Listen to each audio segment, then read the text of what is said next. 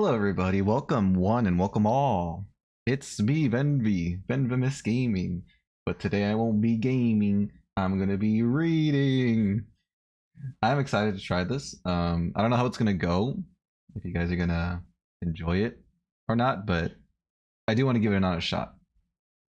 Hi, Skybeck. Big time difference because I still haven't made a thumbnail. You do put a lot of work into your thumbnails, so I can imagine it might take a little while to do them. Now I had a question for y'all, specifically Joshua, since you're the one who recommended the stream. What do you think would be the proper way to interact with chat? Because hi Komo-san, hi Corboy, hello. You're here, you think? Oh, I think you're here too. How you guys doing today? Because I don't want, the reading to be constantly interrupted by me reading chat, but at the same time I don't want to ignore chat. So I don't know. Should I read chats as they come, or should I give myself an allotted amount of time to read uninterrupted and then read chats? What do you guys think? You have any suggestions? I've never done this before. Stuck sick in bed? Aw, I hate that. I'm sorry, Komo-san. I hate being stuck in bed. While y'all are thinking about that, let me try and capture this. Be like 4 pages before checking chat. Okay. So how do I wish I could let's see. Column auto fit. It feels like I'm skipping stuff, but I guess not. I guess we'll see. It's because the location, it's weird. Oh wait.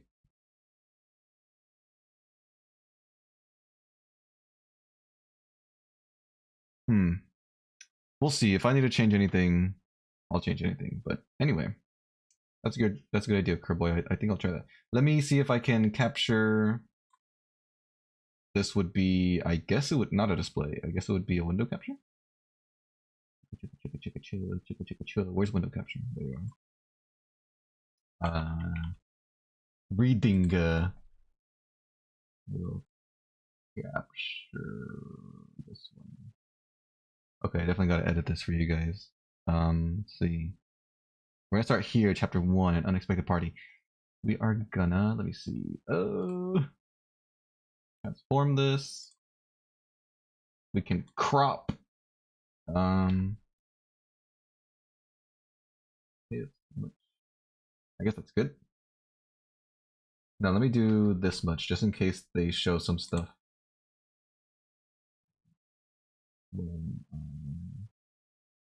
On other pages.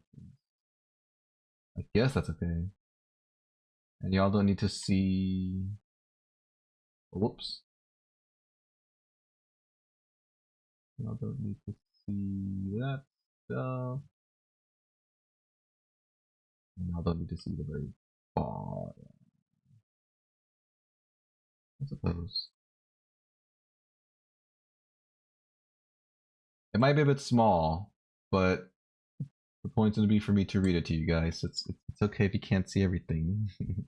At least I'm not giving people trauma by bleeding randomly. Are you bleeding randomly, but there's just no one around to get the trauma? Oh, you got Pokemon cards. Nice. What was the best or your favorite Pokemon you got out of those packs? Also, I'm gonna be playing some music in the background while I read this. Let me see how this is gonna sound. I don't want the music to be too overpowering. I think that's fine. If the music needs to be louder or quieter, you guys let me know, please. But I'll have, classical music playing in the background while I read this. You still bleed. Oh no. Sorry to hear that, Komo-san. Okay. I'm gonna start reading now. Joshua or anyone else who's familiar with the book, let me know if it skips anything, because I don't know, I feel like it's skipping stuff when I scroll, but we'll see. All right, here we go. So I'll try what a Kerboy said first. I'll read 4 pages, and then I will I'll get back to chat.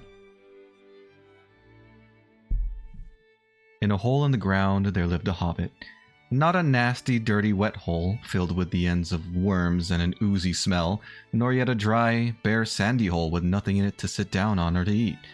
It was a hobbit hole, and that means comfort. It had a perfectly round door like a porthole, painted green with a shiny yellow brass knob in the exact middle. The door opened on a tube-shaped hall like a tunnel, a very comfortable tunnel without smoke, with paneled walls and floors tiled and carpeted, provided with polished chairs and lots of pegs for hats and coats. The Hobbit was fond of visitors. The tunnel wound on and on, going fairly, but not quite straight into the side of the hill. The hill, as all the people for many miles around called it, and many little round doors opened out of it. First on one side, and then on another. Okay, so it does keep going. No going upstairs for the Hobbit. Bedrooms, bathrooms, cellars, pantries, lots of these. Wardrobes, he had whole rooms devoted to clothes. Kitchens, dining rooms, all were on the same floor, and indeed on the same passage. The best rooms were all on the left-hand side going in, for these were the only ones to have windows, deep-set round windows looking over his garden, and meadows beyond sloping down to the river. This Hobbit was a very well-to-do Hobbit, and his name was Baggins. The Bagginses had lived in the neighborhood of the hill for time out of mind, and people considered them very respectable, not only because most of them were rich, but also because they never had any adventures or did anything unexpected. You could tell what a Baggins would say on any question without the bother of asking him. This is a story of how a Baggins had an adventure, and found himself doing and saying things altogether unexpected. He may have lost the neighbor's respect, but gained, well, you'll see whether he gained anything in the end. The mother of our particular Hobbit. What is a Hobbit? I suppose Hobbits need some description nowadays, since they have become rare and shy of the big people, as they call us. They are, or were, a little people, about half our height, and smaller than the bearded dwarves. Hobbits have no beards.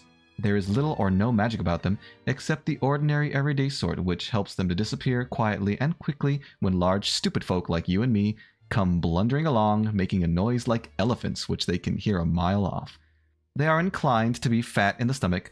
They dress in bright colors, chiefly green and yellow, wear no shoes because their feet grow natural leathery soles, and thick warm brown like the stuff on their heads, which is curly.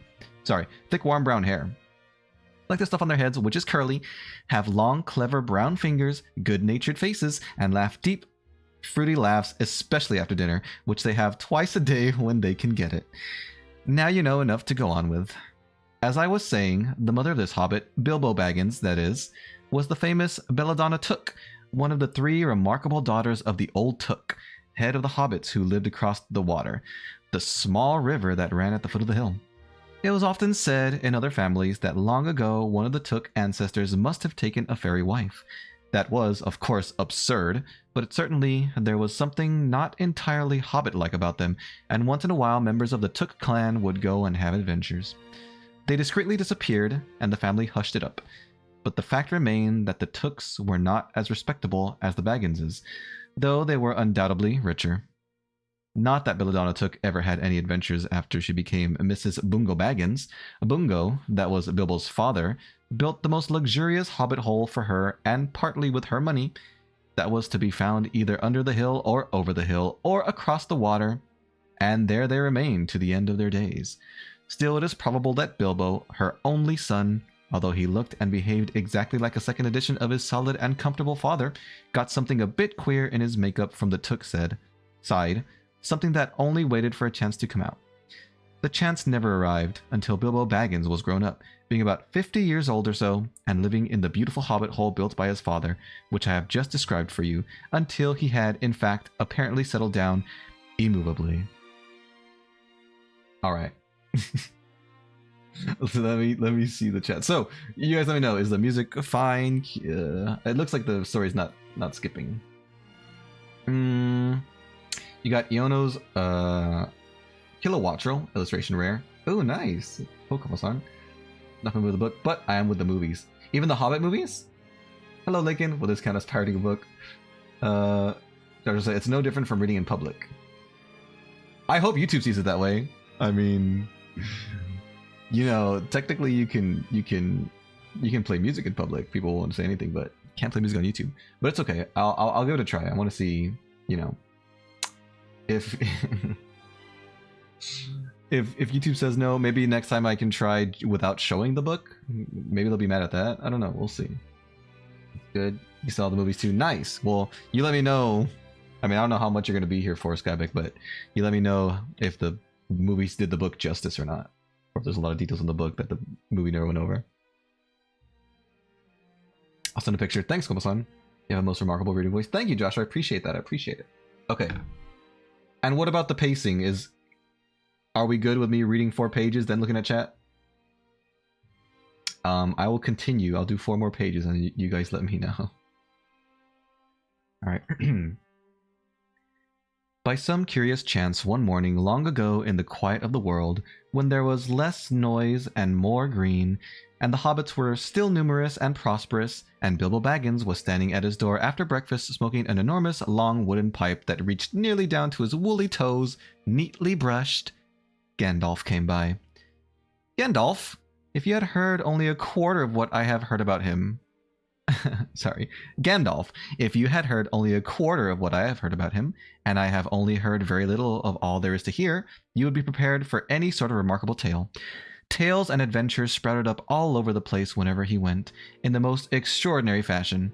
He had not been down that way under the hill for ages and ages, not since his old friend the old Took died, in fact, and the hobbits had almost forgotten what he looked like.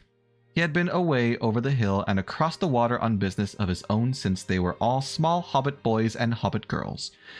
All that the unsuspecting Bilbo saw that morning was an old man with a staff. He had a tall pointed blue hat, a long grey cloak, a silver scarf over which his long white beard hung down below his waist, and immense black boots. "Good morning," said Bilbo, and he meant it. The sun was shining, and the grass was very green, but Gandalf looked at him from under long, bushy eyebrows that stuck out further than the brim of his shady hat. "What do you mean?" he said. "Do you wish me a good morning, or mean that it is a good morning whether I want it or not? Or that you feel good on this morning? Or that it is a morning to be good on?"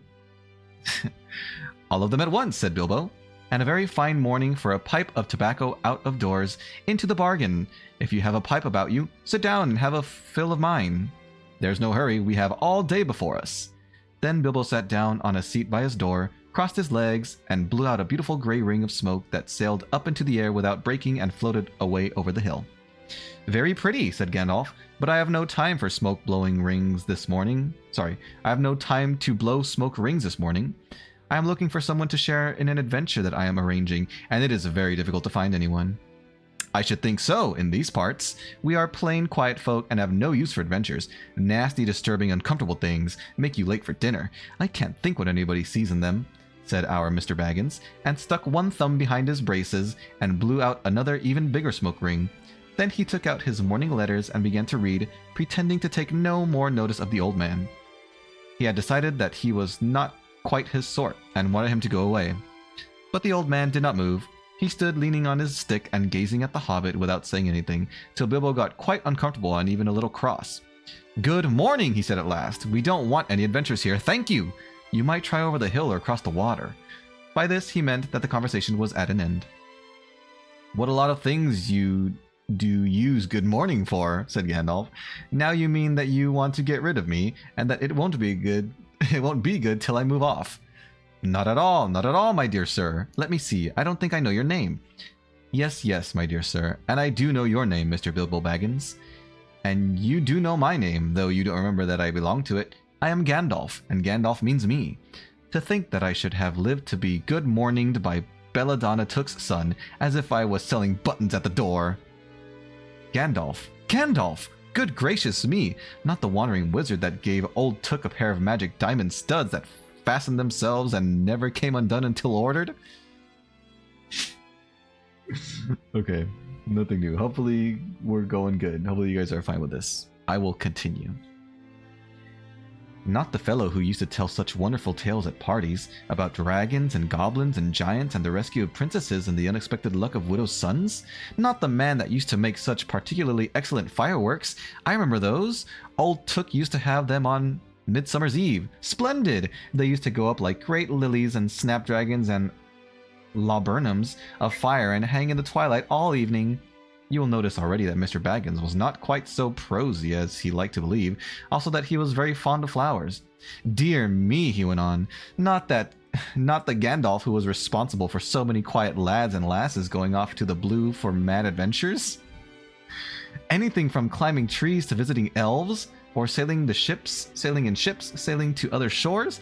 Bless me, life used to be quiet you used to upset things badly in these parts once upon a time.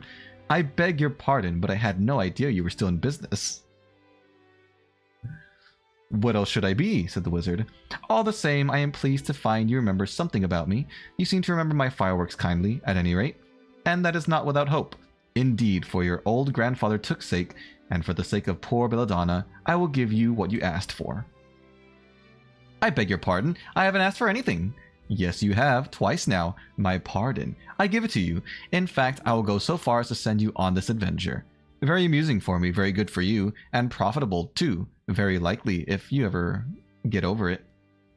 Sorry, I don't want any adventures, thank you. Not today. Good morning, but please come to tea. Anytime you like. Why not tomorrow? Come tomorrow. Goodbye. With that, the hobbit turned and scuttled inside his round green door, and shut it as quickly as he dared, not to seem rude. Wizards, after all, are wizards. What on earth did I ask him to tea for? He said to himself as he went to the pantry. He had only just had breakfast, but he thought a cake or two and a drink of something would do him good after his fright. Gandalf, in the meantime, was still standing outside the door, and laughing long but quietly. After a while, he stepped up, and with the spike on his staff, scratched a queer sign on the hobbit's beautiful green front door. Then he strode away, just about the time when Bilbo was finishing his second cake, and beginning to think that he had escaped adventures very well. The next day, he had almost forgotten about Gandalf. He did not remember things very well, unless he put them down on his engagement tablet, like this. Gandalf tea, Wednesday. Yesterday he had been too flustered to do anything of the kind. Just before tea time, there came a tremendous ring on the front door bell, and then he remembered. He rushed up and put on the kettle, and put out another cup and saucer, and an extra cake or two, and ran to the door. I am so sorry to keep you waiting, he was going to say, when he saw that it was not Gandalf at all. It was a dwarf with a blue beard tucked into a golden belt and very bright eyes under his dark green hood. As soon as the door was opened, he pushed inside, just as if he had been expected. He hung his hooded cloak on the nearest peg, and... Dwalin at your service, he said with a low bow. Alright, Komo-san, I hope that helps. I hope that helps. Bilbo Baggins at yours, said the hobbit, too surprised to ask any questions for the moment. When the silence that followed had become uncomfortable, he added, I am just about to take tea. Pray come and have some with me. A little stiff, perhaps, but he meant it kindly. And what would you do if an uninvited dwarf came and hung his things up in your hall? Without a word of explanation. They had not been at table long. In fact, they had hardly reached the third cake when there came another, even louder ring at the bell. Excuse me, said the hobbit, and off he went to the door. So you have got here at last. That was what he was going to say to Gandalf this time, but it was not Gandalf. Instead, there was a very old-looking dwarf on the step with a white beard and a scarlet hood, and he too hopped inside as soon as the door was open, just as if he had been invited. I see they have begun to arrive already, he said when he caught sight of Dwalin's green hood hanging up. He hung his red one next to it, and Balin at your service, he said with his hand on his breast. Thank you, said Bilbo with a gasp.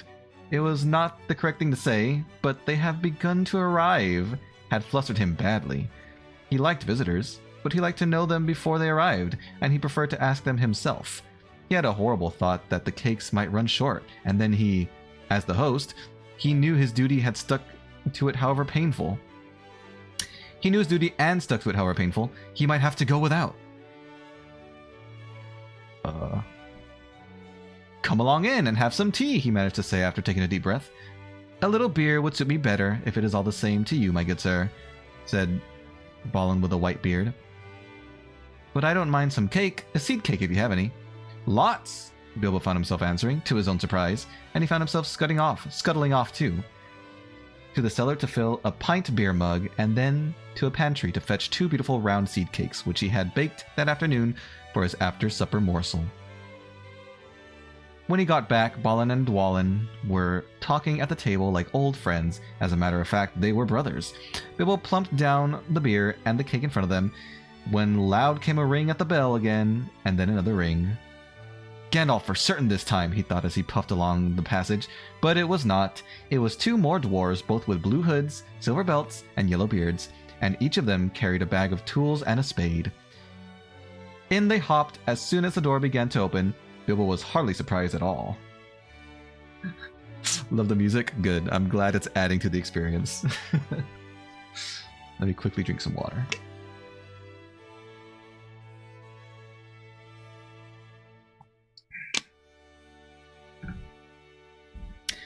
What can I do for you, my dwarves? He said. Keely at your service, said the one. And Feely, added the other. And they both swept off their blue hoods and bowed. At yours and your families, replied Bilbo, remembering his manners this time. Dwalin and Balin here already, I see, said Keely. Let us join the throng. Throng, thought Mr. Baggins. I don't like the sound of that. I really must sit down for a minute and collect my wits. And have a drink. He had only just had a sip in the corner, while the 4 dwarves sat round the table and talked about mines and gold and troubles with the goblins, and the depredations of dragons, and lots of other things which he did not understand and did not want to, for they sounded much too adventurous, when ding-dong-a-ling-dang, his bell rang again, as if some naughty little hobbit boy was trying to pull the handle off. Someone at the door, he said, blinking. Some 4, I should say, by the sound, said Feely. Besides, we saw them coming along behind us in the distance. The poor little hobbit sat down in the hall and put his head in his hands and wondered what had happened, and what was going to happen, and whether they would all stay to supper. Then the bell rang again, louder than ever, and he had to run to the door. It was not 4 after all, it was 5. Another dwarf had come along while he was wandering in the hall. He had hardly turned the knob before they were all inside, bowing and saying, "At your service," one after another. Dori, Nori, Ori, Oin, and Gloin were their names, and very soon 2 purple hoods, a grey hood, a brown hood, and a white hood were hanging on the pegs, and off they marched with their broad hands stuck in their gold and silver belts to join the others. Already it had almost become a throng. Some called for ale, and some for porter, and one for coffee, and all of them for cakes, so the hobbit was kept very busy for a while. A big jug of coffee had just been set in the hearth. The seed cakes were gone, and the dwarves were starting on a round of buttered scones, when there came a loud knock. Not a ring, but a hard rat-tat on the hobbit's beautiful green door. Somebody was banging with a stick. Bilbo rushed along the passage very angry, and altogether bewildered and bewuthered. This was the most awkward Wednesday he had ever remembered. He pulled open the door with a jerk, and they all fell in, one on top of the other. More dwarves! 4 more! And there was Gandalf behind, leaning on his staff and laughing. He had made quite a dent on the beautiful door. He had also, by the way, knocked out the secret mark that he had put there the morning before. Carefully, carefully, he said. It is not like you, Bilbo, to keep friends waiting on the mat, and then open the door like a pop gun. Let me introduce Bifur, Bofur, Bombur, and especially Thorin. At your service, said Bifur, Bofur, and Bombur, standing in a row. They then hung up 2 yellow hoods and a pale green one, and also a sky blue one with a long silver tassel. This last belonged to Thorin, an enormously important dwarf, in fact no other than the great Thorin Oakenshield himself, who was not at all pleased at falling flat on Bilbo's mat with Bifur, Bofur, and Bombur on top of him. For one thing, Bombur was immensely fat and heavy. Thorin indeed was very haughty, and said nothing about service. But poor Mr. Baggins said he was sorry so many times that at last he grunted, "Pray don't mention it," and stopped frowning. Now we are all here, said Gandalf, looking at the row of 13 hoods, the best detachable party hoods, and his own hat hanging on the pegs. Quite a merry gathering. I hope there is something left for the latecomers to eat and drink. What's that? Tea! No thank you, a little red wine, I think, for me. And for me, said Thorin. And raspberry jam and apple tart, said Bifur. And mince pies and cheese, said Bofur. And pork pie and salad, said Bombur. And more cakes, and ale, and coffee, if you don't mind, called the other dwarves to the door. Put on a few eggs, there's a good fellow. Put on a few eggs, there's a good fellow, Gandalf called after him, as the hobbit stumped off to the pantries. And just bring out the cold chicken and pickles. Seems to know as much about the inside of my larders as I do myself, thought Mr. Baggins, who was feeling positively flummoxed and was beginning to wonder whether a most wretched adventure had not come right into his house. By the time he had got all the bottles and dishes and knives and forks and glasses and plates and spoons and things piled up on big trays, he was getting very hot and red in the face and annoyed. "Confiscate and bother these dwarves," he said aloud. "Why don't they come and lend a hand?" Lo and behold, there stood Balin and Dwalin at the door of the kitchen, and Feely and Keely behind them, and before he could say knife, they had whisked the trays and a couple of small tables into the parlor and set out everything afresh. Gandalf sat at the head of the party with the 13 dwarves all round, and Bilbo sat on a stool at the fireside, nibbling at a biscuit. His appetite was quite taken away, and trying to look as if this was all perfectly ordinary and not in the least an adventure. The dwarves ate, and talked, and time got on. At last they pushed their chairs back, and Bilbo made a move to collect the plates and glasses. "I suppose you will all stay to supper," he said in his politest, unpressing tones. "Of course," said Thorin, "and after. We shan't get through the business till late, and we must have some music first. Now to clear up." Thereupon the 12 dwarves, not Thorin, he was too important, and stayed talking to Gandalf, jumped to their feet and made tall piles of all the things. Off they went, not waiting for trays, balancing columns of plates, each with a bottle on the top, with one hand, while the Hobbit ran after them, almost squeaking with fright. "Please be careful, and please don't trouble. I can manage." But the dwarves only started to sing. There is audio content at this location that is not currently supported for your device. Caption for this audio is displayed below. J.R.R. Tolkien sings, "Chip the glasses and crack the plates." Chickens and pickens. Oh, chickles and pickens. Yes, exactly. Okay, forgive me for not knowing the melody to this, but I will do my best to sing it. Let me just drink some water first.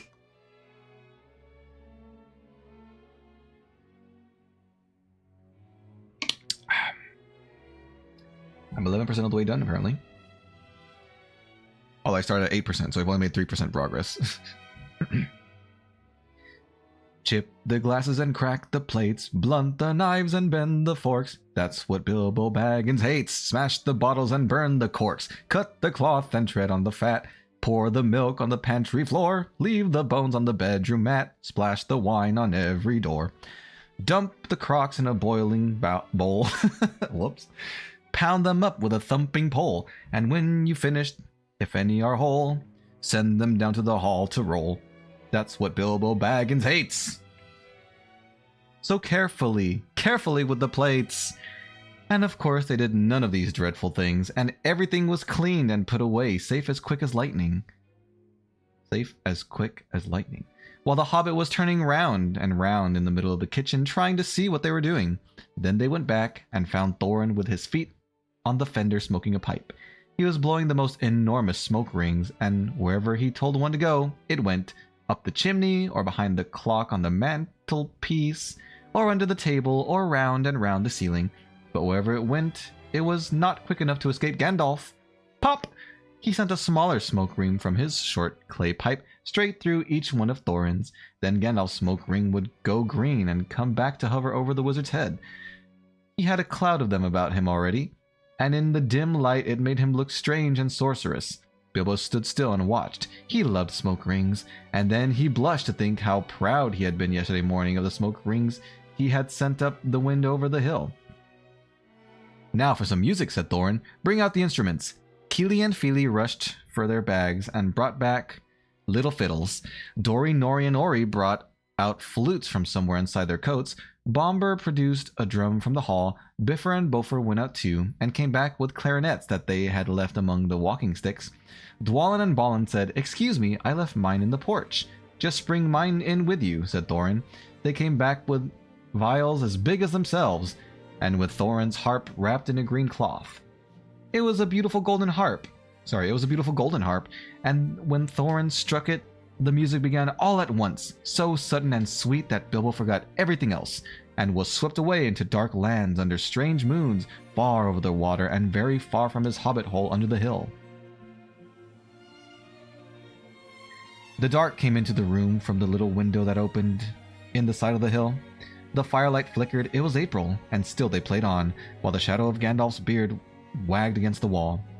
The dark filled all the room, and the fire died down, and the shadows were lost, and still they played on. And suddenly, first one and then another began to sing as they played, deep-throated singing of the dwarves in the deep places of their ancient homes. And this is like a fragment of their song, if it can be like their song. Oh, I went backwards. Without their music. Far over the misty mountains cold, to dungeons deep and caverns old, we must away ere break of day, to seek the pale enchanted gold. The dwarves of yore made mighty spells, while hammers fell like ringing bells, in places deep where dark things sleep, in hollow halls beneath the fells. For ancient king and elvish lord, their many a gleaming golden hoard, they shaped and wrought, and light they caught, to hide in gems on hilt of sword. On silver necklaces they strung, the flowering stars on crowns they hung. The dragon fire in twisted wire, they meshed in the light of moon and sun. Is anybody... is anyone okay with me singing, or would you rather me just read it, since I don't know what the melody is? Far over in the misty mountains cold, to dungeons deep and caverns old, we must away ere break of day, to claim our long forgotten gold. Goblets they carved there for themselves, and harps of gold where no man delves. There lay they long, and many a song was sung unheard by men or elves. The pines were roaring on the height, the winds were moaning in the night. The fire was red, it flaming spread, the trees like torches blazed with light. The bells were ringing in the dale, and men looked up with faces pale. The dragon's ire, more fierce than fire, laid low their towers and houses frail. The mountain smoked beneath the moon. The dwarves, they heard the tramp of doom. They fled their hall to dying fall beneath his feet, beneath the moon. Far over in the misty mountains grim, to dungeons deep and caverns dim, we must away ere break of day, to win our harps and gold from him. Oh, they sang with really deep voices. Oh, whoops. Yeah, I never saw that movie, so I don't know how it went. Well, excuse my rendition of it. But let me continue. As they sang, the hobbit felt the love of beautiful things made by hands and by cunning and by magic moving through them. A fierce and jealous love, the desire of the heart of dwarves. Then something tookish woke up inside him, and he wished to go and see the great mountains, and hear the pine trees and the waterfalls, and explore the caves, and wear a sword instead of a walking stick. He looked out of the window. The stars were out in a dark sky above the trees. He thought of the jewels of the dwarves shining in dark caverns. Suddenly, in the wood beyond the water, a flame leapt up, probably somebody lighting a wood fire, and he thought of plundering dragons settling on his quiet hill and kindling it to all flames. Kindling it all to flames. He shuddered, and very quickly he was plain Mr. Baggins of Bag End, Underhill again. He got up trembling. He had less than half a mind to fetch the lamp, and more than half a mind to pretend to, and go and hide behind the beer barrels in the cellar, and not come out again until all the dwarves had gone away. Suddenly he found that the music and the singing had stopped, and they were all looking at him with eyes shining in the dark. "Where are you going?" said Thorin, in a tone that seemed to show that he guessed both halves of the hobbit's mind. "What about a little light?" said Bilbo apologetically. "We like the dark," said all the dwarves. "Dark for dark business. There are many hours before dawn." "Of course," said Bilbo, and sat down in a hurry. He missed the stool and sat in the fender, knocking over the poker and shovel with a crash. "Hush," said Gandalf. "Let Thorin speak." And this is how Thorin began. "Gandalf, dwarves, and Mr. Baggins, we are met together in the house of our friend and fellow conspirator, this most excellent and audacious hobbit. May the hair on his toes never fall out. All praise to his wine and ale." He paused for breath and for a polite remark from the hobbit, but the compliments were quite lost on poor Bilbo Baggins. who was wagging his mouth in protest at being called audacious and, worst of all, a fellow conspirator. Though no noise came out, he was so flummoxed, so Thorin went on. Oh, it was really so slow-paced. Whoops. We are met to discuss our plans, our ways, means, policy, and devices. We shall soon before the break of day start on our long journey, a journey from which some of us, or perhaps all of us, except our friend and counselor, the ingenious wizard Gandalf, may never return. It is a solemn moment. Our object is, I take it, well known to us all. To the estimable Mr. Baggins... Estimable? To the estimable Mr. Baggins, and perhaps to one or two of the younger dwarves, I think I should be right in naming Keely and Feely, for instance, the exact situation at the moment may require a little brief explanation. This was Thorin's style. He was an important dwarf. If he had been allowed, he would probably have gone on like this until he was out of breath, without telling anyone there anything that was not known already. But he was rudely interrupted. Poor Bilbo couldn't bear it any longer. At may never return, he began to feel a shriek coming up inside, and very soon it burst out like the whistle of an engine coming out of a tunnel. All the dwarfs sprang up, knocking over the table. Gandalf struck a blue light on the end of his magic staff, and in his firework glare, the poor little hobbit could be seen kneeling on the hearth rug, shaking like a jelly that was melting. Then he fell flat on the floor and kept on calling out, struck by lightning, over and over again, and that was all they could get out of him for a long time. So they took him and laid him out of the way on the drawing room sofa, with a drink at his elbow, and they went back to their dark business. Excitable little fellow, said Gandalf, as they sat down again. Gets funny queer bits, but he is one of the best, as fierce as a dragon in a pinch. If you have ever seen a dragon in a pinch, you will realize that this was only poetical exaggeration applied to any hobbit, even to old Took's great-granduncle J.R.R., who was so huge for a hobbit that he could ride a horse. He charged the ranks of the goblins of Mount Graham in the Battle of the Green Fields, and knocked their king Gulfinbol's head clean off with a wooden club. It sailed 100 yards through the air and went down a rabbit hole, and in this way the battle was won and the game of golf invented at the same moment. In the meanwhile, however, J.R.R.'s gentler descendant was reviving in the drawing room.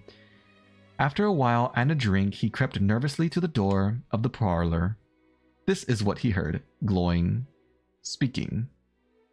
Humph! Or some snort more or less like that. Will he, do you think? It is all very well for Gandalf to talk about this hobbit being fierce, but one shriek like that in a moment of excitement would be enough to wake the dragon and all his relatives and kill the lot of us. I think it sounded more like fright than excitement. In fact, if it had not been for the sign on the door, I should have been sure we had come to the wrong house. As soon as I clapped my eyes on the little fellow bobbing and puffing on the mat, I had my doubts. He looks more like a grocer than a burglar. Then Mr. Baggins turned the handle and went in. The Took side had won. He suddenly felt he would go without bed and breakfast to be thought fierce. As for little fellow bobbing on the mat, it had almost made him really fierce. Many a time afterwards the Baggins part regretted what he did now, and he said to himself, Bilbo, you were a fool. You walked right in and put your foot in it. Pardon me, he said, if I have overheard words that you were saying. I don't pretend to understand what you are talking about, or your reference to burglars, but I think I am right in believing, this is what he called being on his dignity, that you think I am no good. I will show you. I have no signs on my door. It was painted a week ago, and I am quite sure you have come to the wrong house. As soon as I saw your funny faces on the doorstep, I had my doubts, but treated as the right one. Tell me what you want done, and I will try it if I have to walk from here to the east of East and fight the wild whirlworms in the last desert. I had a great-great-great-granduncle once, J.R.R. Took, and... Yes, but that was long ago, said Glowing. I was talking about you, and I assure you there is a mark on this door, the usual one in the trade, or used to be. Burglar wants a good job, plenty of excitement, and a reasonable reward. That's how it is usually read. You can say expert treasure hunter instead of burglar if you like. Some of them do. It's all the same to us. Gandalf told us that there was a man of the sort in these parts looking for a job at once, and that he had arranged for a meeting here this Wednesday tea time. Of course there is a mark, said Gandalf. I put it there myself, for very good reasons. You asked me to find the 14th man for your expedition, and I chose Mr. Baggins. Just let me say... Sorry. Just let anyone say I chose the wrong man or the wrong house, and you can stop at 13 and have all the bad luck you like, or go back to digging coal. He scowled so angrily at Glowing that the dwarf huddled back in his chair, and when Bilbo tried to open his mouth to ask a question, he turned and frowned at him and stuck out his bushy eyebrows till Bilbo shut his mouth tight with a snap. That's right, said Gandalf. Let's have no more argument. I have chosen Mr. Baggins, and that ought to be enough for all of you. If I say he is a burglar he is, or will be when the time comes. There's a lot more in him than you guess, and a deal more than he has any idea of himself. You may possibly all live to thank me yet. Now, Bilbo, my boy, fetch the lamp and let's have a little light on this. On the table, in the light of a big lamp with a red shade, he spread a piece of parchment rather like a map. This was made by Thror, your grandfather Thorin. This was made by Thror, your grandfather Thorin. He said in answer to the dwarves' excited questions, "It is a plan of the mountain."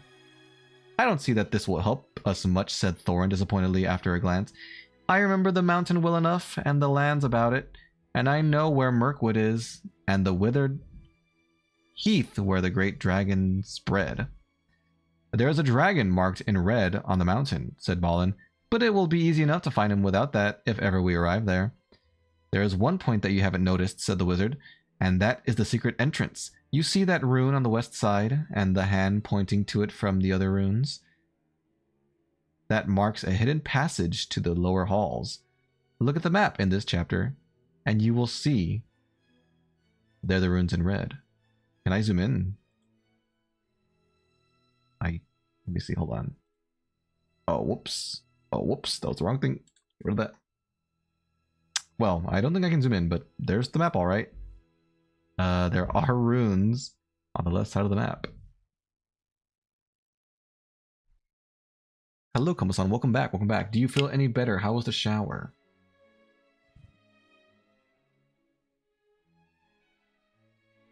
Excuse me. Let's get back to reading. Oh, follow this link to uncover an alternate version of this artwork. Okay, well, that's right. We're here for the reading. "It may have been secret once," said Thorin, "but how do we know that it is secret any longer? Old Smaug has lived there long enough now to find out anything there is to know about those caves. He may, but he can't have used it for years and years. Why? Because it is too small. 5 feet high the door, and 3 may walk abreast, say the runes, but Smaug could not creep into a hole that size, not even when he was a young dragon, certainly not after devouring so many of the dwarves and men of Dale." "It seems a great big hole to me," squeaked Bilbo, who had no experience of dragons and only hobbit holes.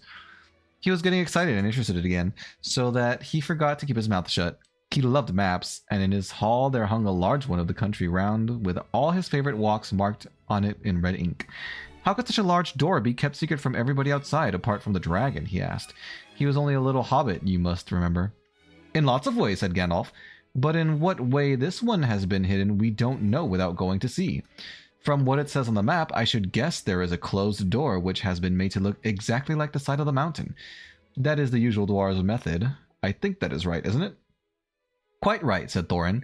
"Also," went on Gandalf, "I forgot to mention that with the map went a key, a small and curious key. Here it is," he said, and handed to Thorin a key with a long barrel and intricate wards made of silver. "Keep it safe." "Indeed I will," said Thorin, and he fastened it upon a fine chain that hung about his neck and under his jacket. "Now things begin to look more hopeful. This news alerts them much for the better. So far we have had no clear idea of what to do.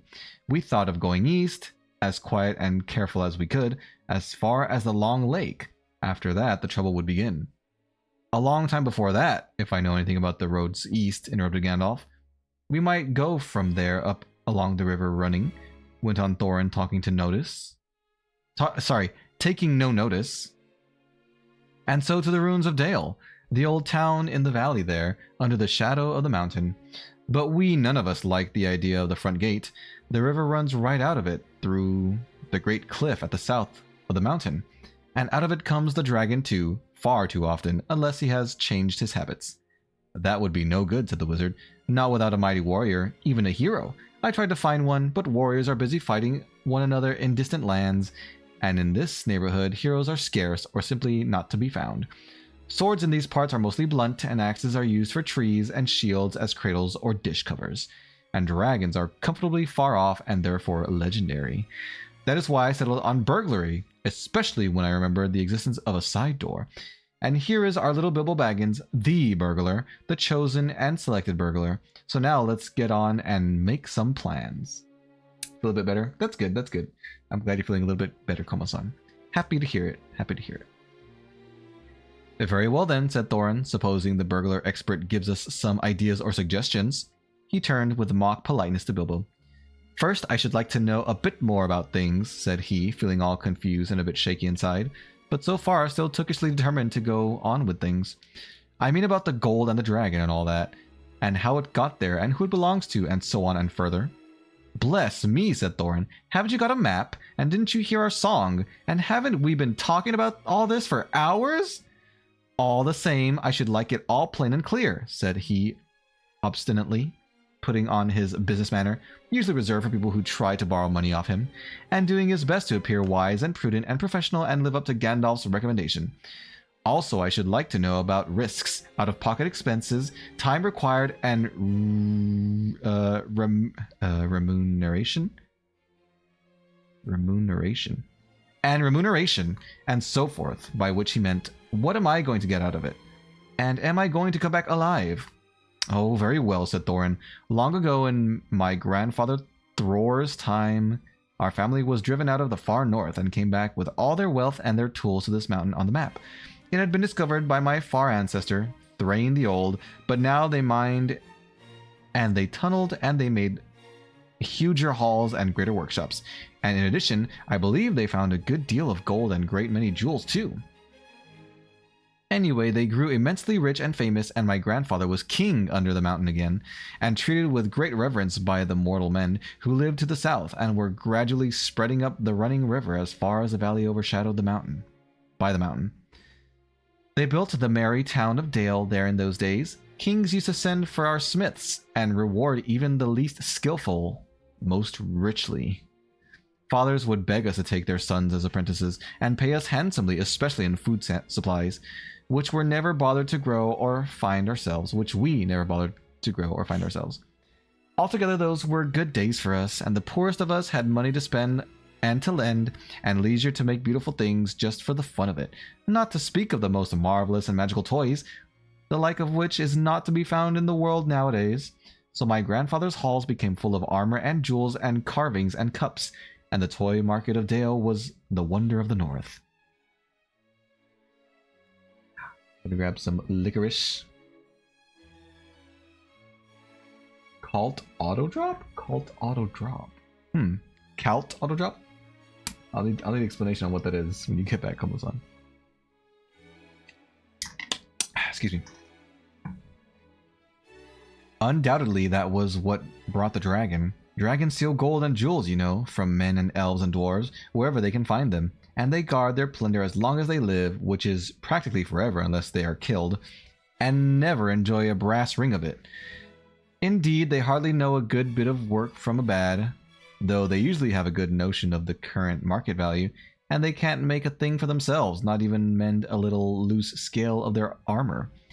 There were lots of dragons in the north in those days, and gold was probably getting scarce up there.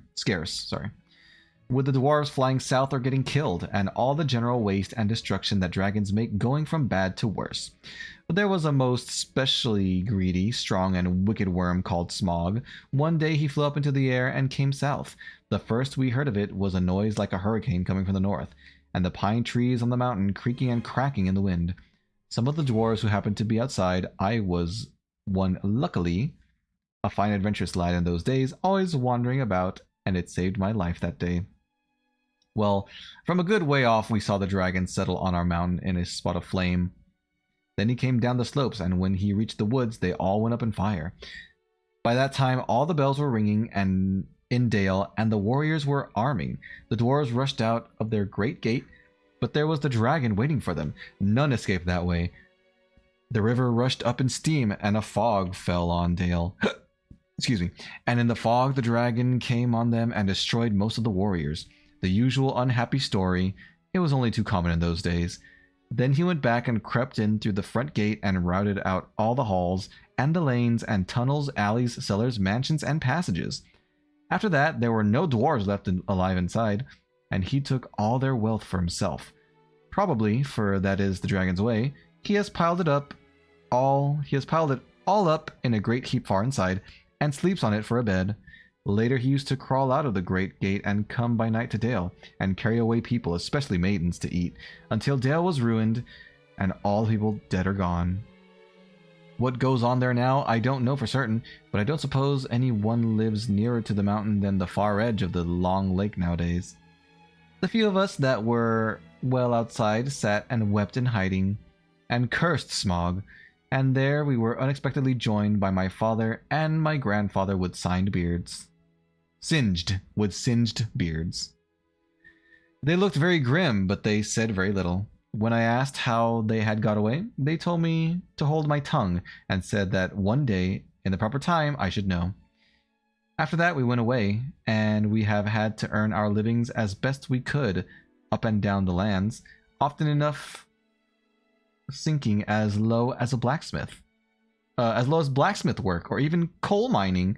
But we have never forgotten our stolen treasure, and even now, when I will allow we have a good bit laid by and are not so badly off, here Thorin stroked the gold chain around his neck, we still mean to get it back, and to bring our curses home to Smaug, if we can. I have often wondered about my father's and my grandfather's escape. I see now they must have had a private side door which only they knew about, but apparently they made a map, and I should like to know how Gandalf got hold of it, and why it did not come down to me, the rightful heir. I did not get hold of it, I was given it, said the wizard. Your grandfather Thror was killed, you remember, in the mines of Moria by Azog the Goblin. Curse his name, yes, said Thorin. And Thrain, your father, went away on the 21st of April, 100 years ago last Thursday, and has never been seen by you since. True, said Thorin. It's Dutch, it's licorice in the shape of a car. Oh, cool. That sounds awesome. I imagine it's very tasty. Well, your father gave me this to give to you, and if I have chosen my own time and way for handing it over, you can hardly blame me, considering the trouble I had to find you. Your father could not remember his own name when he gave me the paper, and he never told me yours, so on the whole, I think I ought to be praised and thanked. Here it is, said he, handing the map to Thorin. I don't understand, said Thorin, and Bilbo felt he would have liked to say the same. The explanation did not seem to explain. Your grandfather, said the wizard slowly and grimly, gave the map to his son for safety before he went to the mines of Moria. Your father went away to try his luck with the map after your grandfather was killed, and lots of adventures of a most unpleasant sort he had, but he never got near the mountain. How he got there I don't know, but I found him a prisoner in the dungeons of the necromancer. Whatever were you doing there? Asked Thorin with a shudder, and all the dwarves shivered. Never you mind. I was finding things out, as usual, and a nasty, dangerous business it was. Even I, Gandalf, only just escaped. I tried to save your father, but it was too late. He was witless and wandering, and had forgotten almost everything except the map and the key. We have long ago paid the goblins of Moria, said Thorin. We must give a thought to the necromancer. Don't be absurd. He is an enemy far beyond the powers of all the dwarves put together. If they could all be collected again from the four corners of the world. The one thing your father wished was for his son to read the map and use the key. The dragon and the mountain are more than big enough for tasks for you. Here, here, said Bilbo, and accidentally said it out loud. Hear what? They all said, turning instantly towards him, and he was so flustered that he answered, Hear what I have to say. What's that? They asked. Well, I should say that you ought to go east and have a look around. After all, there is the side door, and dragons must sleep sometimes, I suppose. If you sit on the doorstep long enough, I dare say you will think of something. And, well, don't you know, I think we have talked long enough for one night, if you see what I mean. What about bed, and an early start and all that? I will give you a good breakfast before you go. Before we go, I suppose you mean, said Thorin. Aren't you the burglar, and isn't sitting on the doorstep your job, not to speak of getting inside the door? But I agree about bed and breakfast. I like 6 eggs with my ham when starting on a journey. Fried, not poached, and mind you, don't break them. After all the others had ordered their breakfasts without so much as a please, which annoyed Bilbo very much, they all got up. The Hobbit had to find room for them all, and filled all his spare rooms and made beds on chairs and sofas before he got them all stowed and went on his own little bed, very tired and not altogether happy. One thing he did make his mind up about was not to bother to get up very early and cook everybody else's wretched breakfast. The tookishness was wearing off, and he was not now quite so sure that he was going on any journey in the morning. As he lay in bed, he could hear Thorin still humming to himself in the best bedroom next to him. Far over the misty mountains cold, to dungeons deep and caverns old, we must away ere break of day to find our long-forgotten gold. Bilbo went to sleep with that in his ears, and it gave him very uncomfortable dreams. It was long after the break of day when he woke up. We finished chapter 1, yay! And it only took 1 hour, so hopefully we can finish at least one more chapter today. Before we end the stream, I will end the reading stream either after the next chapter is finished or after 2 hours of the stream have passed, whichever one comes first. Let me drink a little water, take a little bit of a break for my throat, and then I will continue reading. I hope you guys are liking the book so far. I'm enjoying it. Like I said, I've never seen the movies, I've never read the books, so I'm liking it so far.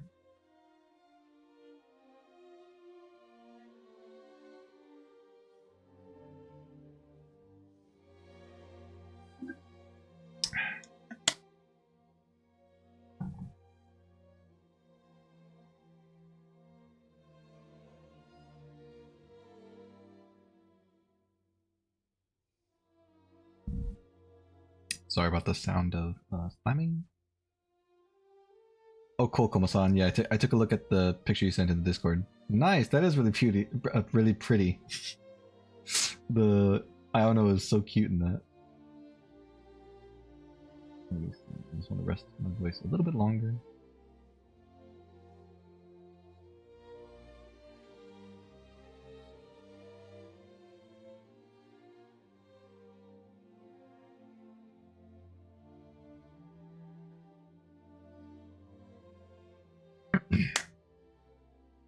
You're enjoying it? Good, I'm glad to hear it. Glad you're enjoying it, Joshua. Thank you for suggesting this stream. Okay, let's continue. Chapter 2, Roast Mutton. Up jumped Bilbo, and putting on his dressing gown, went into the dining room. There he saw nobody, but all the signs of a large and hurried breakfast. There was a fearful mess in the room, and piles of unwashed crocks in the kitchen. Nearly every pot and pan he possessed seemed to have been used. The washing up was so dismally real that Bilbo was forced to believe the party of the night before had not been part of his bad dreams, as he had rather hoped. Indeed, he was really relieved after all to think that they had all gone without him, and without bothering to wake him up. But with never a thank you, he thought. And yet, in a way, he could not help feeling just a trifle disappointed. The feeling surprised him. Don't be a fool, Bilbo Baggins, he said to himself. Thinking of dragons and all that outlandish nonsense at your age? So he put on an apron, lit fires, boiled water, and washed up. Then he had a nice little breakfast in the kitchen before turning out the dining room. By the time the sun was shining and the front door was open, letting in a warm spring breeze. Oh, sorry, by that time the sun was shining and the front door was open, letting in a warm spring breeze. Bilbo began to whistle loudly and to forget about the night before. In fact, he was just sitting down to a nice little second breakfast in the dining room by the open window when in walked Gandalf. "My dear fellow," said he, "whenever are you going to come? What about an early start? And here you are having breakfast, or whatever you call it, at 10:30. They left you the message because they could not wait." "What message?" said poor Mr. Baggins, all in a fluster. "Great elephant," said Gandalf. "You are not at all yourself this morning. You have never dusted the mantelpiece." "What's that got to do with it? I have had enough to do with washing up for 14. If you had dusted the mantelpiece, you would have found this just under the clock, said Gandalf, handing Bilbo a note, written, of course, on his own notepaper. This is what he read. Thorin and Company to Burglar Bilbo greeting. For your hospitality, our sincerest thanks, and for your offer of professional assistance, our grateful acceptance. Terms: cash on delivery up to and not exceeding 1/14 of total profits, if any. All traveling expenses guaranteed in any event. Funeral expenses to be defrayed by us or our representatives, if occasion arises and the matter is not otherwise arranged for. Thinking it unnecessary to disturb your esteemed repose, we have proceeded in advance to make requisite preparations, and shall await your respected person at the Green Dragon Inn by water at 11 a.m. sharp, trusting that you will be punctual. We have the honor to remain yours deeply, Thorin and Company. That leaves you just 10 minutes. You will have to run, said Gandalf. But, said Bilbo. No time for it, said the wizard. But, said Bilbo again. No time for that either. Off you go. To the end of his days, Bilbo could never remember how he found himself outside without a hat, a walking stick, or any money, or anything that he usually took when he went out, leaving his second breakfast half finished and quite unwashed up, pushing his keys into Gandalf's hands and running as fast as his furry feet could carry him down the lane, past the great mill, across the water, and then on for a mile or more. Very puffed he was when he got to Bywater just on the stroke of 11, and found he had come without a pocket handkerchief. Bravo, said Balin, who was standing at the inn door looking out for him. Just then all the others came round the corner of the road from the village. They were on ponies, and each pony was slung about with all kinds of baggages, packages, parcels, and paraphernalia. There was a very small pony apparently for Bilbo. Up you two get, and off we go, said Thorin. I'm awfully sorry, said Bilbo, but I have come without my hat, and I have left my pocket handkerchief behind, and I haven't got any money. I didn't get your note until after 10:45 to be precise. Don't be precise, said Dwalin. And don't worry, you will have to manage without pocket handkerchiefs, and a good many other things, before you get to the journey's end. As for a hat, I have got a spare hood and cloak in my luggage. That's how they all came to start, jogging off from the inn one fine morning just before May, on laden ponies, and Bilbo was wearing a dark green hood, a little weather-stained, and a dark green cloak borrowed from Dwalin. They were too large for him, and he looked rather comic. What his father Bungo would have thought of him, I daren't think. His only comfort was he couldn't be mistaken for a dwarf, as he had no beard. They had not been riding very long when up came Gandalf, very splendid on a white horse. He had brought a lot of pocket handkerchiefs and Bilbo's pipe and tobacco. So after that, the party went along very merrily, and they told stories or sang songs as they rode forward all day, except of course when they stopped for meals. These didn't come quite as often as Bilbo would have liked them, but still he began to feel that adventures were not so bad after all. At first they had passed through Hobbit lands, a wide, respectable country inhabited by decent folk, with good roads, an inn or two, and now and then a dwarf or a farmer ambling by on business. Then they came to lands where people spoke strangely and sang songs Bilbo had never heard before. Now they had gone on far into the lone lands, where there were no people left, no inns, and the roads grew steadily worse. Not far ahead were dreary hills, rising higher and higher, dark with trees. On some of them were old castles with an evil look, as if they had been built by wicked people. Everything seemed gloomy, for the weather that day had taken a nasty turn. Mostly it had been as good as May can be, even in merry tales, but now it was cold and wet. In the lone lands they had been obliged to camp when they could, but at least it had been dry. What were you watching on TV, Koma-san? What were the funny videos?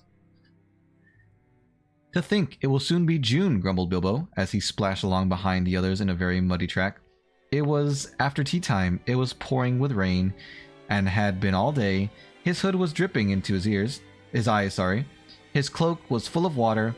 The pony was tired and stumbled on stones. The others were too grumpy to talk. And I'm sure the rain has got into the dry clothes and into the food bags, thought Bilbo. Bother burgling and everything to do with it.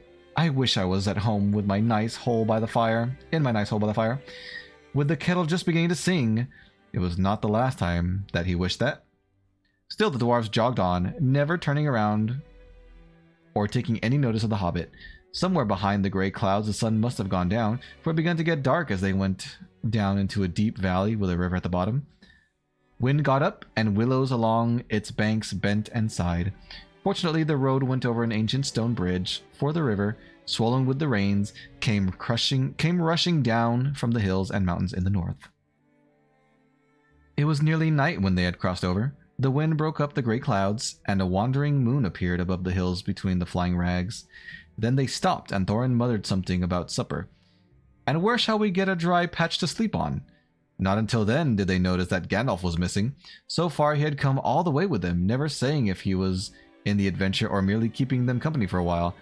He had eaten most, talked most, and laughed most, but now he simply was not there at all.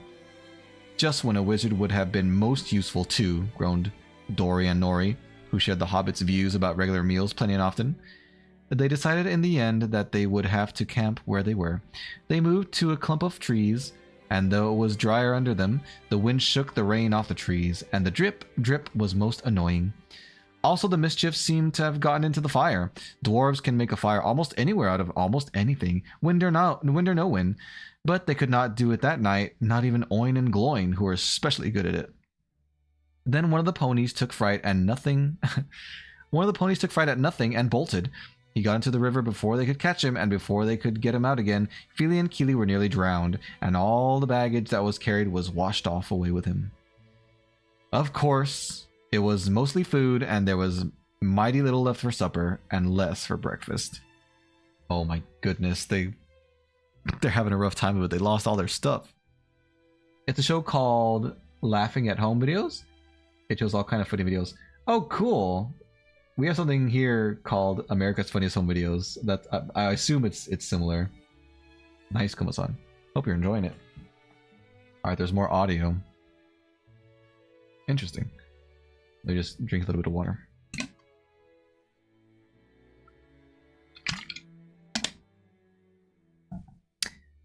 There they all sat, glum and wet and muttering, while Oin and Gloin went on trying to light the fire and quarreling about it. Bibble was sadly reflecting that adventures are not all pony rides in May sunshine, when Balin, who was always their lookout man, said, "There's a light over there." There was a hill some way off with trees on it, pretty thick in parts. Out of the dark mass of the trees they could now see a light shining, a reddish comfortable looking light, as it might be a fire or torches twinkling. Then they had looked at it for some while. When they had looked at it for some while, they fell to arguing. Some said no, and some said yes. Some said they could but go and see, and anything was better than little supper, less breakfast, and wet clothes all the night. Others said, these parts are none too well known, and are too near the mountains. Travelers seldom come this way now. The old maps are no use. Things have changed for the worse, and the road is unguarded. They have seldom even heard of the king around here, and the less inquisitive you are as you go along, the less trouble you are likely to find, some said. After all, there are 14 of us, others said. Where has Gandalf got to? This remark was repeated by everybody. Then the rain began to pour down, worse than ever, and Oin and Gloin began to fight. That settled it. After all, we have got a burglar with us, they said. And so they made off, leading their ponies, with all due and proper caution, in the direction of the light. They came to the hill and were soon in the wood. Up the hill they went, but there was no proper path to be seen, such as might lead to a house or a farm. And do what they could, they made a deal of rustling and crackling and creaking, and a good deal of grumbling and dratting, as they went through the trees in the pitch dark. Suddenly, the red light shone out very bright through the tree trunks not far ahead. Now it is the burglar's turn, they said, meaning Bilbo. You must go on and find out all about that light, and what it is for, and if all is perfectly safe and canny, said Thorin to the hobbit. Now scuttle off, and come back quick, if all is well. If not, come back if you can. If you can't, hoot twice like a barn owl, and once like a screech owl, and we will do what we can. Just ended.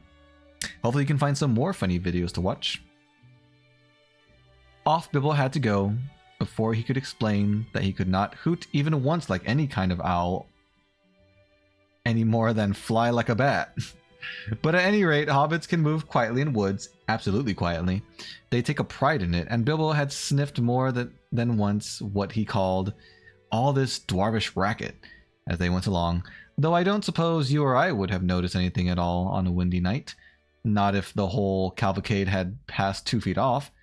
As for Bilbo walking primly toward the red light, I don't suppose even a weasel would have stirred a whisker at it. So, naturally, he got right up to the fire, for fire it was, without disturbing anyone, and this is what he saw. 3 very large persons sitting around a very large fire of beech logs. They were toasting mutton on long spits of wood, and licking the gravy off their fingers. There was a fine, toothsome smell. Also, there was a barrel of good drink at hand, and they were drinking out of jugs. But they were trolls, obviously trolls. Even Bilbo, in spite of his sheltered life, could see that.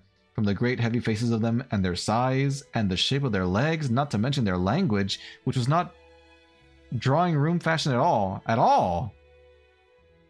Mutton yesterday, mutton today, and blimey if it don't look like mutton again tomorrow, said one of the trolls. Never a blinking bit of man flesh have we had for long enough. Wait a second. What the hell William was a-thinking of to bring us into these parts and all? Beats me, and the drinking running short, what's more, he said, jogging the elbow of William, who was taking a pull at his jug. William choked. Shut your mouth, he said as soon as he could. You can't expect folk to stop here forever just to be it by you and Bert. You've had a village and a half between you since we've come down from the mountains. How much more do you want? And time's been up our way when you're to have said thank you, Bill, for a nice bit of fat valley mutton like what this is. He took a big bite off a sheep's leg he was roasting and wiped his lips on his sleeve. Yes, I'm afraid trolls do behave like that, even those with only 1 head each. After hearing all this, Bilbo ought to have done something at once. Either he should have gone back quietly and warned his friends that there were 3 fair-sized trolls at hand in a nasty mood, quite likely to try roast a dwarf or even pony for a change, or else he should have done a bit of good quick burgling. A really first-class and legendary burglar would at this point have picked the troll's pockets. It is nearly always worthwhile if you can manage it. Pinched the very mutton off the spits, purloined the beer, and walked off without their noticing him. Others more practical, but with less professional pride, would perhaps have stuck a dagger into each of them before they observed it. Then the night could have been spent cheerily. Bilbo knew it.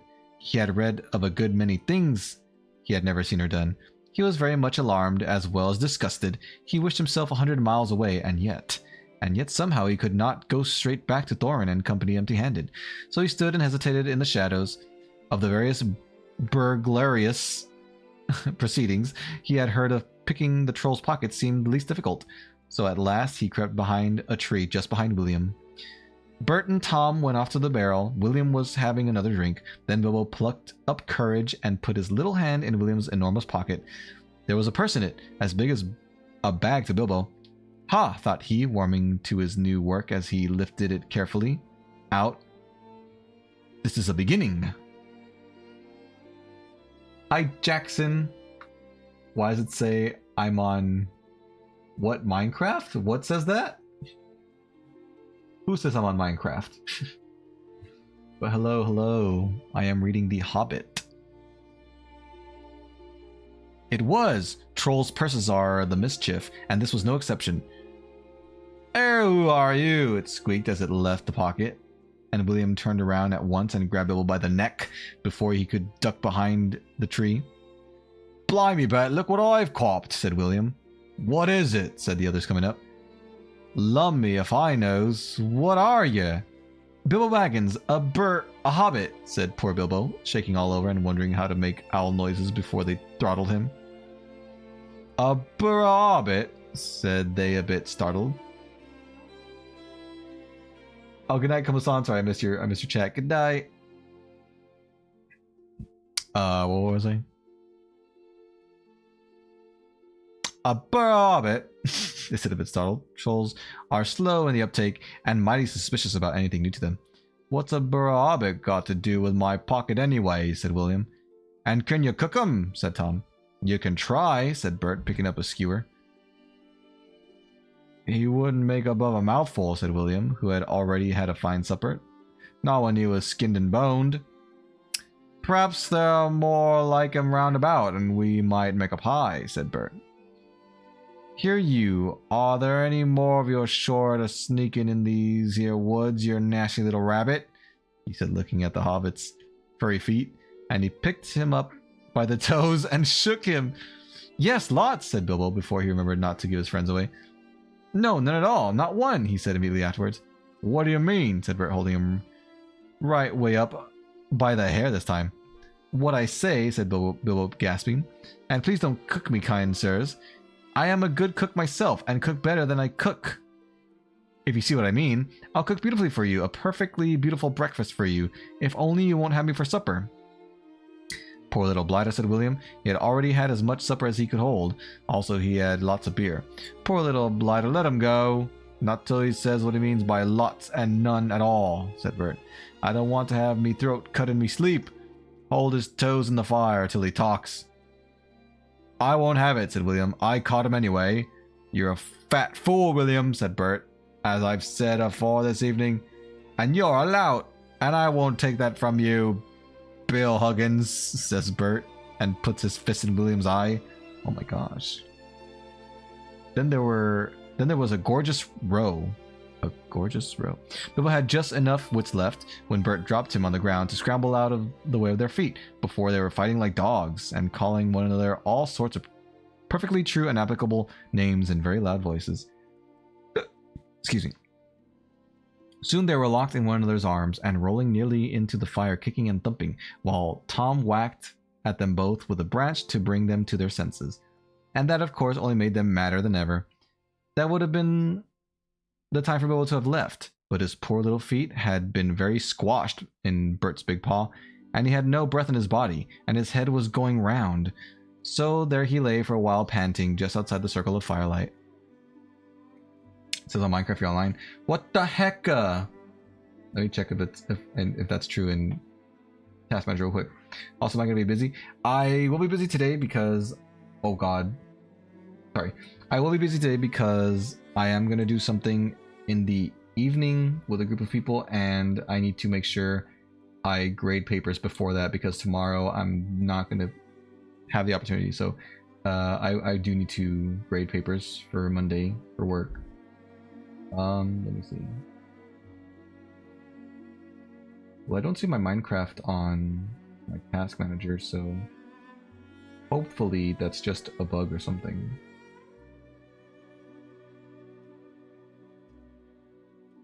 Okay, let me read one more page and then I'm gonna have to use the bathroom real quick. Right in the middle of the fight, up came Balin. The dwarves had heard noises from a distance, and after waiting for some time for Bilbo to come back, or to hoot like an owl, they started off one by one to creep towards the light as quietly as they could. No sooner did Tom see Balin come into the light than he gave an awful howl. Trolls simply detest the very sight of dwarves uncooked. Bert and Bill stopped fighting immediately, and... "A sack, Tom, quick!" they said, before Balin, who was wondering where in all this commotion Bilbo was, knew what was happening. A sack was over his head, and he was down. "There's more to come yet," said Tom, "or I mighty mistook. Lots and none at all, it is," said he. "No burrow hobbits, but lots of these here dwarves. That's about the shape of it." "I reckon you're right," said Bert, "and we'd best get out of the light." And so they did. With sacks in their hands that they used for carrying off mutton and other plunder, they waited in the shadows as each dwarf came up and looked at the fire and the spilled jugs and the gnawed mutton in surprise. Pop went a nasty smelly sack over his head, and he was down. Soon Dwalin lay by Balin, and Fili and Kili together, and Dorian, Nori, and Nori all in a heap, and Oin and Gloin and Biffer and Bofer and Bomber piled uncomfortably near the fire. "That'll teach 'em," said Tom, for Biffer and Bomber had given a lot of trouble and fought like mad as dwarves will when cornered.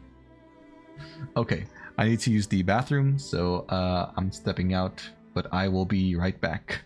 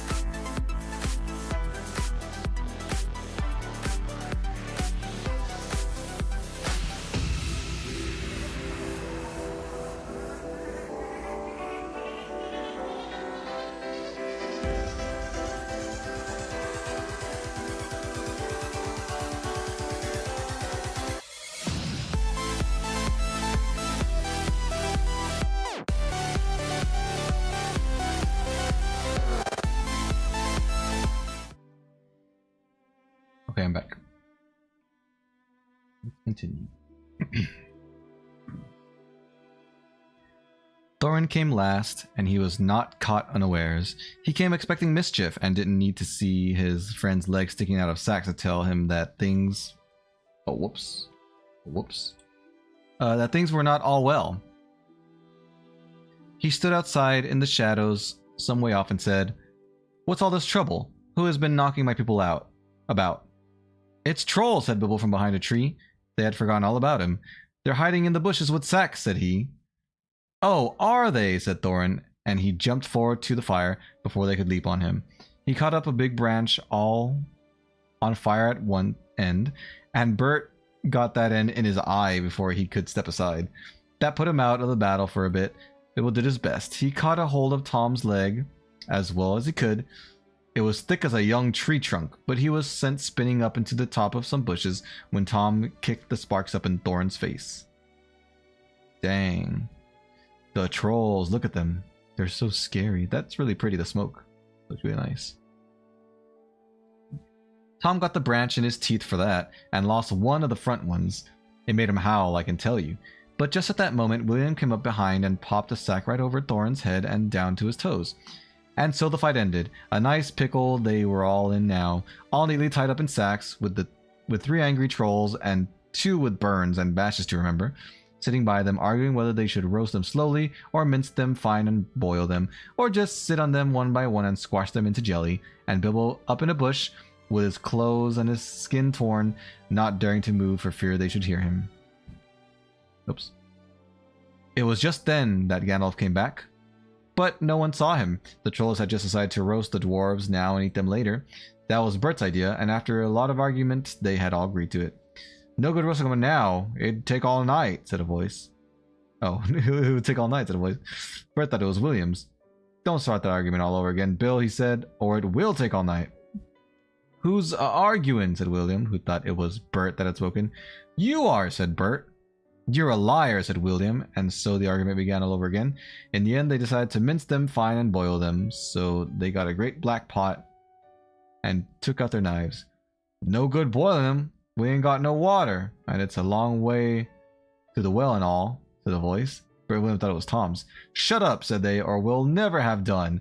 And you can fetch the water yourself if you say any more." "Shut up yourself," said Tom, who thought it was William's voice. "Who's arguing but you, I'd like to know." "You're a booby," said William. "Booby yourself," said Tom, and so the argument began all over again and went on hotter than ever, until at last they decided to sit on the sacks one by one and squash them and boil them next time. "Who shall we sit on first?" said the voice. "Better sit on the last fellow first," said Bert, whose eye had been damaged by Thorin. He thought Tom was talking. "Don't talk to yourself," said Tom. "But if you wants to sit on the last one, sit on him. Which is he?" "The one with the yellow stocking," said Bert. "Nonsense, the one with the gray stocking," said a voice like William's. "I made sure it was yellow," said Bert. "Yellow it was," said William. "Then why'd you say it was gray for?" said Bert. "I never did. Tom said it." "That I never did," said Tom. "It was you." 2-1, so shut your mouth," said Bert. "Who are you a-talking to?" said William. "Now stop it," said Tom and Bert together. "The night's getting on, and dawn comes early. Let's get on with it." "Dawn, take you all, and be stoned to you," said a voice that sounded like William's, but it wasn't. For just at that moment, the light came over the hill, and there was a mighty twitter in the branches. William never spoke, for he stood turned to stone as he stooped, and Bert and Tom were struck like rocks as they looked at him. Oh my gosh. And there they stand to this day, all alone unless the birds perch on them, for trolls, as you probably know, must be underground before dawn, or they go back to the stuff of the mountains they are made of, and never move again. That is what had happened to Bert and Tom and William. What in the world? I didn't know that was part of troll lore. I believe that the specific illustrations in this edition of The Hobbit were drawn by the author himself. That's super cool. They look really nice. Look at this one. Wow. They argued too long. They were tricked. Let me drink some water.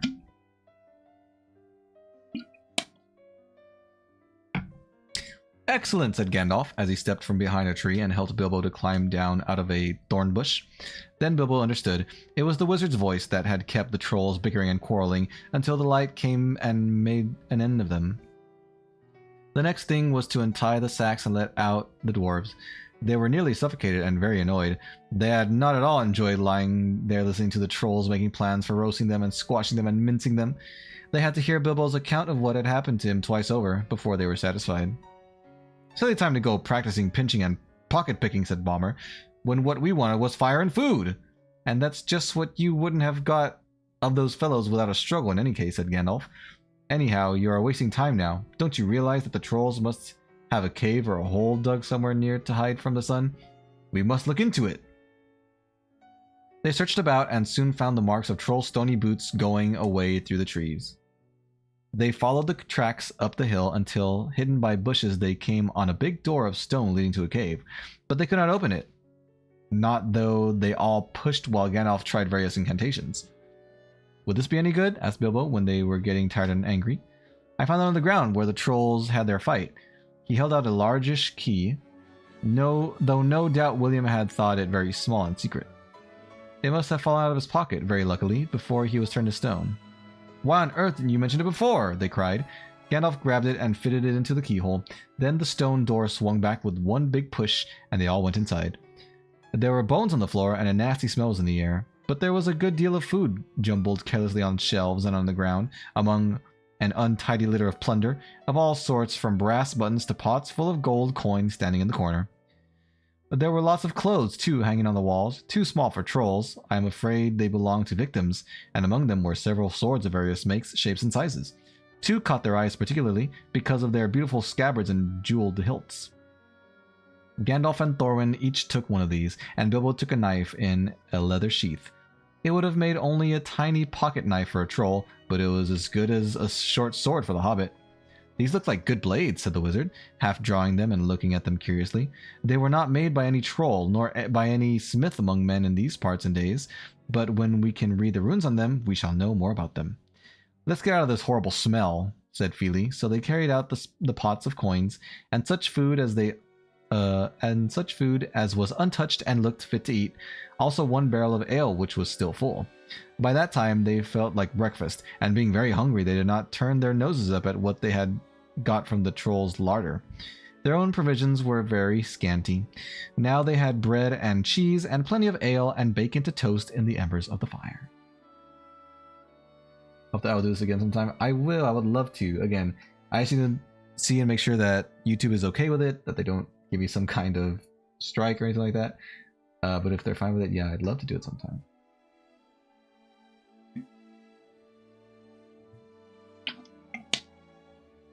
Everyone say hi to it at home. After that they slept, for their night had been disturbed, and they did nothing more till the afternoon. Then they brought up their ponies and carried away the pots of gold and buried them very secretly not far from the track by the river, putting a great many spells over them, just in case they ever had the chance to come back and recover them. When that was done, they all mounted once more and jogged along again on the path towards the east. Where did you go to, if I may ask? Said Thorin to Gandalf as they rode along. To look ahead, said he. And what brought you back in the nick of time? Looking behind, said he. Exactly, said Thorin, but could you be more plain? I went on to spy out our road. It will soon become dangerous and difficult. Also, I was anxious about replenishing our small stock of provisions. I had not gone very far, however, when I met a couple of friends of mine from Rivendell. Where's that? Asked Bilbo. Don't interrupt, said Gandalf. You will get there in a few days now if we're lucky, and find out all about it. As I was saying, I met two of Elrond's people. Well, they were hurrying along for fear of the trolls. It was they who told me that 3 of them had come down from the mountains and settled in the woods not far from the road. They had frightened everyone away from the district, and they waylaid strangers. I immediately had a feeling that I was wanted back. Looking behind, I saw a fire in the distance and made for it. So now you know. Please be more careful next time, or shall we never get anywhere. Thank you, said Thorin. Alrighty. Well, that chapter was shorter than the first one, or it felt like it anyway, but I have no idea the length of the third one, so we are going to stop here for today. But yeah, great experience so far. I haven't read anything to myself, like for, how do I say it? For leisure in a very long time. So it feels nice. And if you guys are happy with this, then I am more than happy to continue reading the story sometime, hopefully next week. We will see. But yes, thank you all once again for being here with me. Thank you for allowing me to try this. I know it's new. It's not something I usually do on the channel, but I did enjoy it, and I hope you guys did too. So tomorrow I'll be playing Silk Song. If I see you guys tomorrow, then I can't wait. But if I don't, then enjoy your Sunday. Have a great rest of your day or evening today, and I will talk to you guys later. Bye-bye!